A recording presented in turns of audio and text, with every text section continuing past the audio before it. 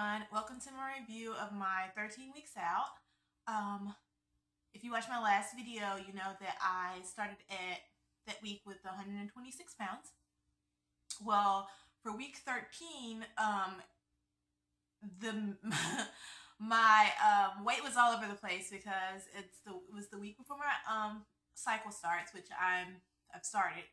And I bloat really bad apparently on my cycle, so my weight was crazy. So I can't even really I guess give you guys accurate measurements and everything during that time. But this week, I mean, I got upwards to like 130, 31 pounds, like, which was 4 or 5 pounds over what I was weighing before. This morning, I started yesterday. This morning, I woke up and I'm back to 126, and I know I'm still really bloated, so that gives me a little hope for my weigh-ins coming up for next Monday. Well, this coming up Monday. That I will hopefully, my goal is to be under 125 pounds. That will keep me a little bit, actually, a little bit above schedule, I guess, or further out or whatever. But that being said, like, my measurements still are practically the same. I seem to have, this morning when I measured myself, lost about a half an inch in my hips.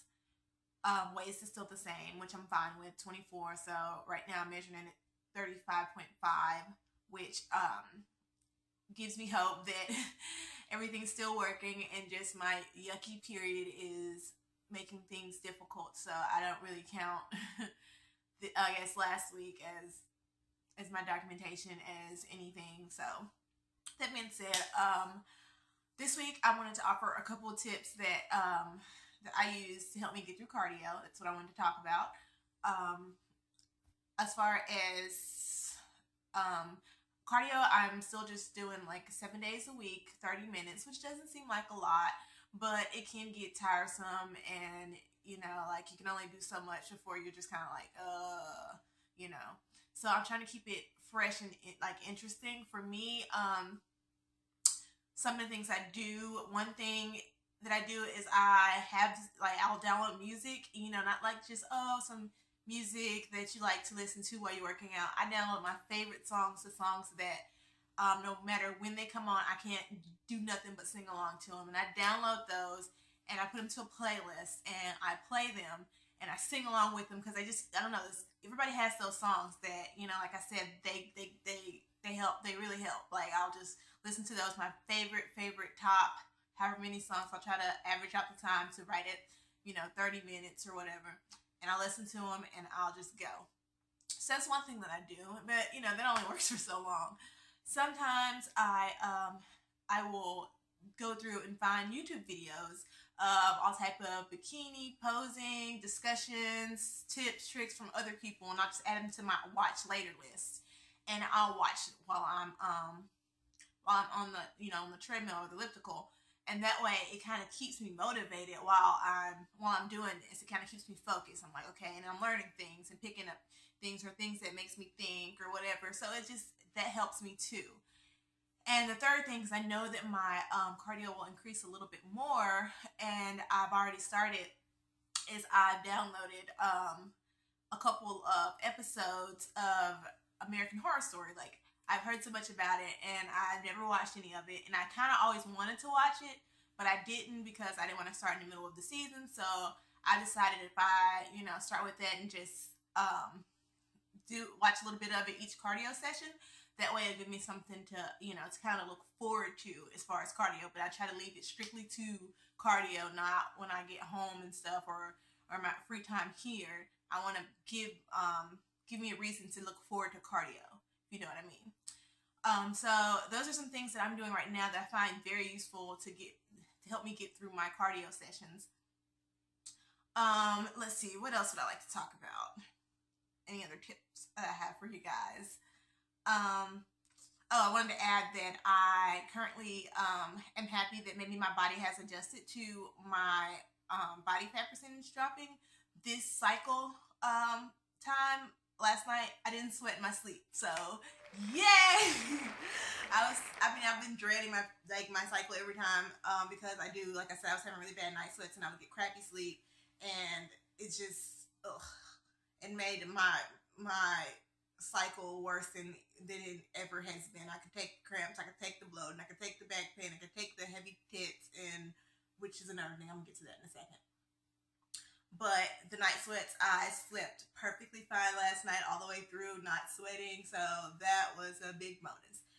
Now, I guess I could go over a couple things that I've learned on this prep.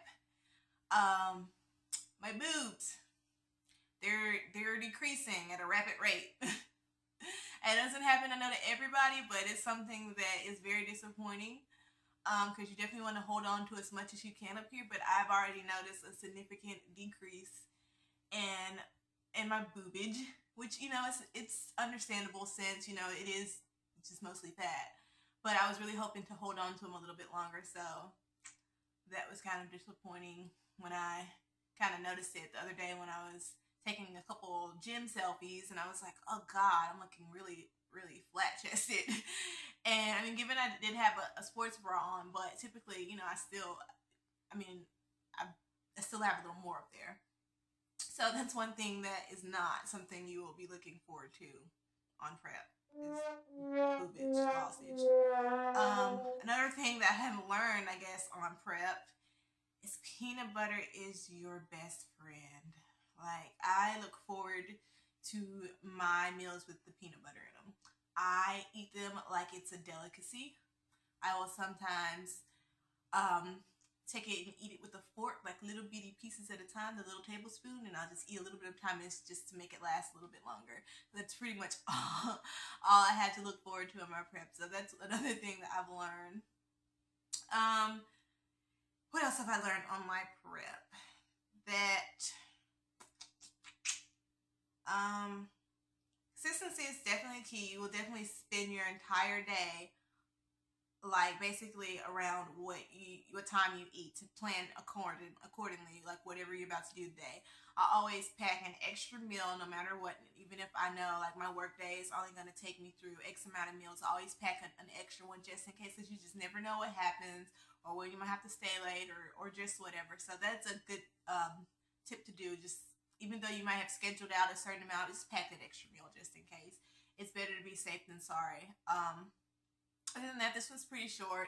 I hope to have some pictures, probably maybe next week, or I might do it 10 weeks out, my comparison pictures for you guys to see exactly how far I've come. I try not to obsess about it. Since my boyfriend is my coach, he kind of can take a look at me every day and see, my changes, and he sometimes grabs and feels on me and see where I'm at. But I want to definitely, like I said, post some pictures for you guys really soon to let you see exactly where I'm at and how much further I have to go. So this was short and sweet, and I hope a couple of little tips that I did give you guys will be helpful. And I guess I hope to see you guys next week.